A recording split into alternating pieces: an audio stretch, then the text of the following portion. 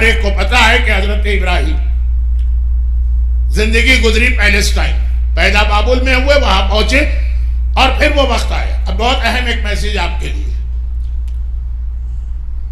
آپ احمد آباد سے یہاں پہ آئے ہیں، جمال پور، تاج پور، جو کوئی بھی علاقے ہوں، کیوں آئے؟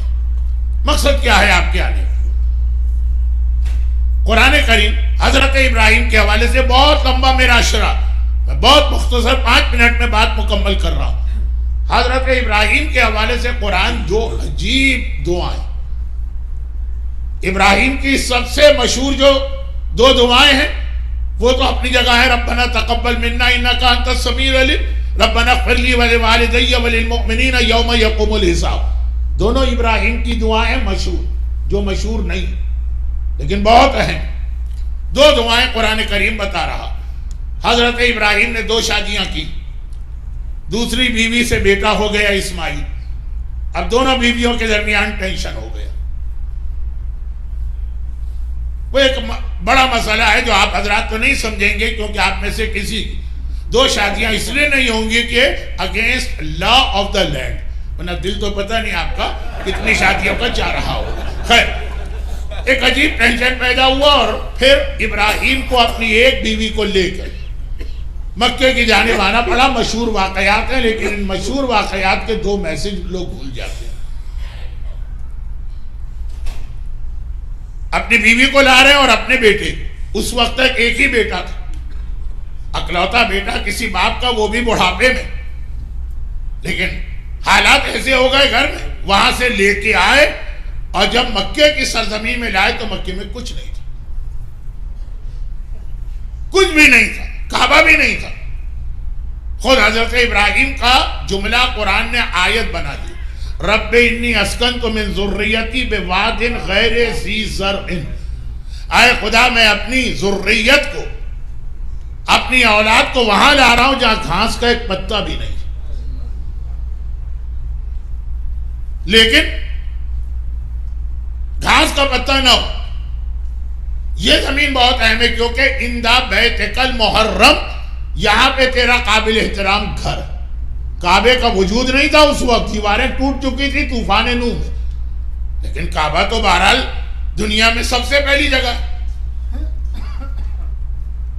بتا دیا کہ قابل احترام جگہ پہ منتقل ہوتے، لیکن مقصد پرپس لوگ کہتے جی وہ اولاد کی ترقی کے لیے یہاں پہ لائے، یا ایجوکیشن کے لیے یہاں پہ آئے، یا بزنس بڑے اچھے ہیں اس لیے آئے، یا انفراسٹرکچر بہت اچھا ہے اس لیے آئے، یا پیس آف مائنڈ ہے اور لا اینڈ آرڈر بہت اچھا ہے اس لیے آئے. یہی ریزن لوگ بتاتے ہیں مائیگریشن کا.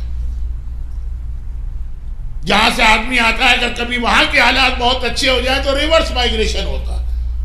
حضرت ابراہیم کہتے ہیں ساری باتیں چھوڑو، کرائیٹیریا ایک، رب انی اسکنت من ذریتی بواد غیر ذی زرع عند بیتک المحرم ربنا لیقیموا الصلاۃ. میں تو اپنی اولاد کو اس لیے یہاں پہ لایا ہوں کہ انہیں نمازی بنانا. سب سے بڑی ذمہ داری ایک باپ اور ماں کی یہ ہے کہ اپنی اولاد کو نمازی بنا. حضرت ابراہیم نے ہجرت کی اور امیگریشن لیا مثلا مکے کا، تو ریزن کیا بتا رہے ہیں؟ یہ بھی نہیں بتا رہے ہیں کہ ہمارے گھر میں جو ٹینشن ہے اس کی وجہ سے نہیں. اصل مقصد ہے ربنا لیقیموا الصلاۃ، تاکہ یہ نمازی بنے. اور اب آ جائیے ایام عزا میں فضائل کے حوالے سے ایک آیت آپ بہت سنتے، مگر یہ ایک نہیں 2 آیتیں. اللہ نے ابراہیم کو دیا، اور کتنا دیا؟ بہت دیا. مسلسل اللہ ابراہیم کو دیتا رہا. چونکہ یہ جملہ آپ کا بہت سنا ہوا ہے تو میں اس کی تفصیل میں نہیں جا رہا. ایک کے بعد دوسری نعمت ملتی رہی، یہاں تک کہ ابراہیم نبی بنے، یہاں تک کہ ابراہیم رسول بنے، یہاں تک کہ ابراہیم خلیل بنے، یہاں تک کہ ابراہیم امام بنے. قال انی جاعلک للناس اماما. یہ سب سے بڑا عہدہ ملا. اب تک جتنی چیزیں ابراہیم کو ملی لیتے رہے، شکر کرتے رہے. امامت ملی تو تڑپ گئے، قال ومن ذریتی. یہ تو اتنی بڑی نعمت ہے کہ یہ تو مجھے اپنی اولاد کے لیے بھی چاہیے. نبوت کے لیے جملہ نہیں کہا، رسالت کے لیے یہ جملہ نہیں کہا، خلت کے لیے یہ جملہ نہیں کہا. اولاد کو کب یاد کیا؟ جب امامت کی بات آئی.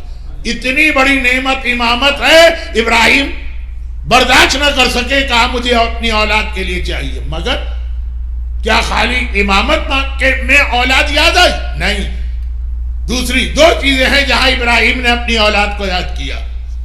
رب اجعلنی مقیم الصلاۃ ومن ذریتی، خدا بندہ مجھے بھی نمازی بنا اور میری اولاد کو بھی نمازی بنا.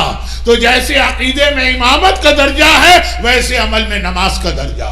امامت کی بشارت ملی تو اولاد کے لیے مانگی، اور یہاں نماز کا پیغام آیا تو اولاد کے لیے نماز کو مانگا.